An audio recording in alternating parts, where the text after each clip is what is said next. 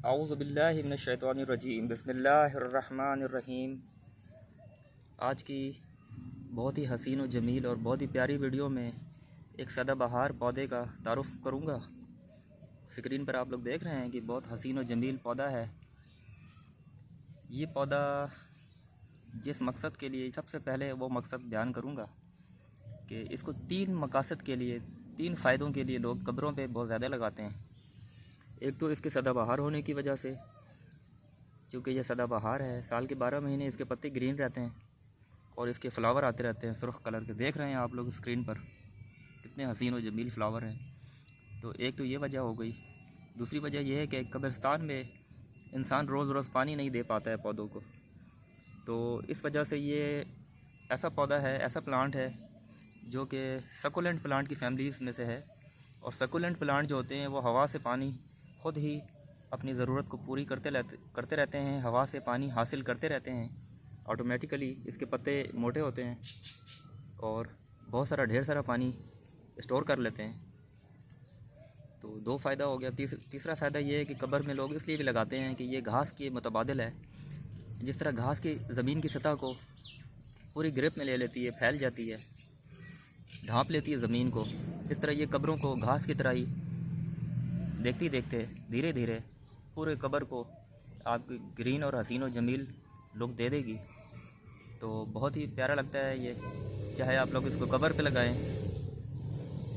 तो ये पहली तरजीह के तौर पर मैंने आप लोगों को बताया था कि आप लोग इसे कब्रिस्तान पे लगाने के लिए, ये पहली तरजीह के तौर पर। तो ये ज़रूरी नहीं है कि ये सिर्फ़ कब्र के लिए ही मखसूस है। इसे आप लोग अपने बगीचे में लगाएं। ये मैंने अपने बगीचे में लगाया हुआ है। इसको आप लोग दरख्तों के तने के नीचे, जहाँ पर आप लोग पानी देते हैं, इसको बतौर मल्च, ठंडक देने के लिए। मल्चिंग का मतलब ये होता है कि गर्मियों में जो हम लोग घास फूस, दरख्तों के पत्ते, सूखी घास, स्ट्रॉ, जड़ी बूटियाँ ग्रीन कलर की जो होती हैं, कच्ची गंदम की पराली, गंदम के भूसे, चावल की पराली, फ्रूट की पेटियों में जो घास होती हैं सूखे, इस तरह के तमाम ऑर्गेनिक मैटर्स हम लोग दरख्तों की जड़ी बूटियों, दरख्तों के तने में बिछाते हैं मल्चिंग के लिए। तो उससे ये होता है कि पौधों को ठंडक मिलती है, पानी कम देना पड़ता है। तो ये तरीका जो है, ये मल्चिंग के लिए भी ये पौधा बहुत काम आता है। देखें, मैंने ये रेड ब्लड का पौधा है मेरा, ये रेड ब्लड का प्लांट है। इसके तने में मैंने ये मल्चिंग सी की हुई है इस पौधे के ज़रिए से। तो ये खूबसूरती की खूबसूरती भी है और मल्चिंग भी है। तो मल्चिंग का फ़ायदा तो मैंने मल्चिंग के बारे में तफसील से मैंने एक और वीडियो में अपने चैनल में वीडियो डाली है, जिसमें मैंने बहुत ही खूबसूरत अंदाज़ में और आसान लहजों में, आसान ज़बान में मल्चिंग को समझाया है। फ़िलहाल मैं इस पौधे की खूबसूरती बयान कर रहा था। इस पौधे को कहते हैं बेबी सन रोज़, और इसको एप्टीनिया भी कहा जाता है। एप्टीनिया, APTINIA, एप्टीनिया या बेबी सन रोज़। अच्छा, जिस तरह लोग मनी प्लांट को बहुत पसंद करते हैं, बहुत शौक़ से और बहुत दिलचस्पी से लगाते हैं अपने घरों में बतौर इंडोर प्लांट, तो ये पौधा जो है ये मनी प्लांट के मुतबादिल है। किसी तरह भी मनी प्लांट से कम नहीं है।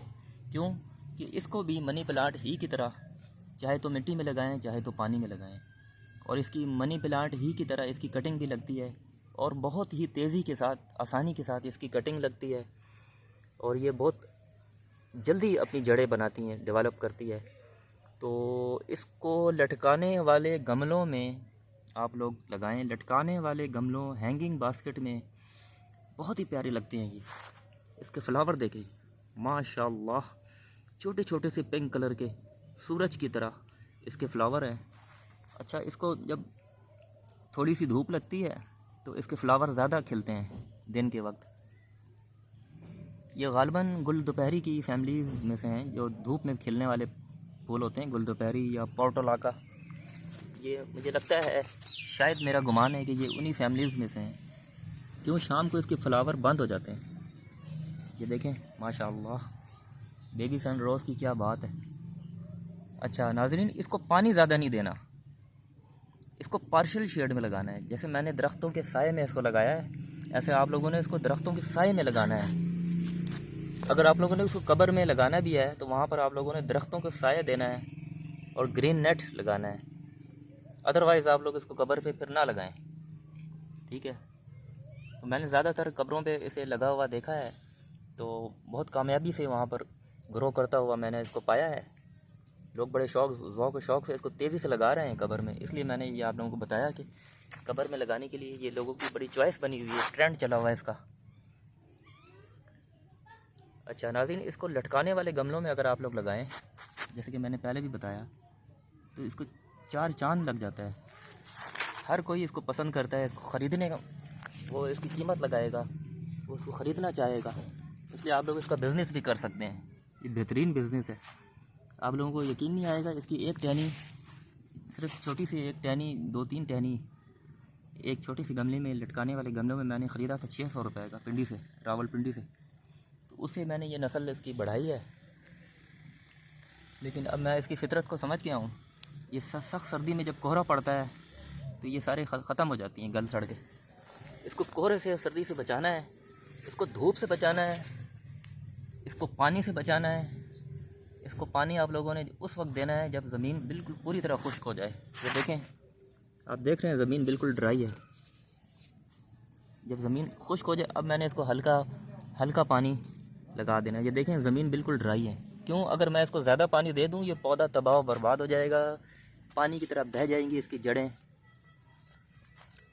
मुझे ये पौधा नाज़रीन बेहद पसंद है, तभी मैंने ये पौधा ख़रीद कर लाया है। और मैं इसको अपने लटकाने वाले गमलों में भी लगाया हुआ है। मैंने लटकाने वाले गमलों में भी इसको लगाया हुआ है। और इसका एक और फ़ायदा ये मैंने आपको बताया कि इसकी मल्चिंग की जाती है। कोई दरख्त हो आपका बड़ा, उसके दरख्त के इर्द गिर्द ज़मीन नंगी हो, तो आप इससे मल्चिंग भी कर सकते हैं। ये देखिए मल्चिंग, ये मल्चिंग मैंने की है घास फूस से, इसे मल्चिंग कहते हैं।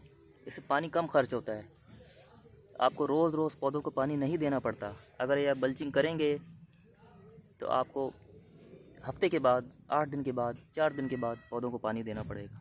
अगर मल्चिंग नहीं करेंगे, आपको दिन में 4 दफ़ा पानी देना पड़ेगा।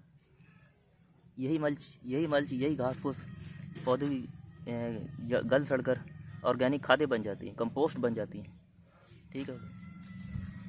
ये देखें, ये कंपोस्ट बन गई। जो पहले मैंने मल्च की थी, 6 महीने के बाद ये कंपोस्ट बन गई। ये देख लें, ये बेहतरीन कंपोस्ट है। तो नाज़रीन, बेबी सन रोज़ के मतलब मैंने आपको मालूमात दी।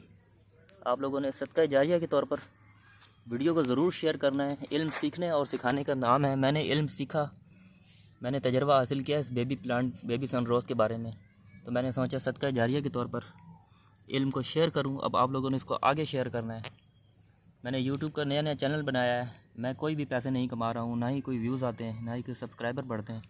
सिर्फ सदका जारिया के तौर पर मैं वीडियो को आगे शेयर करता हूं, अपलोड करता हूं।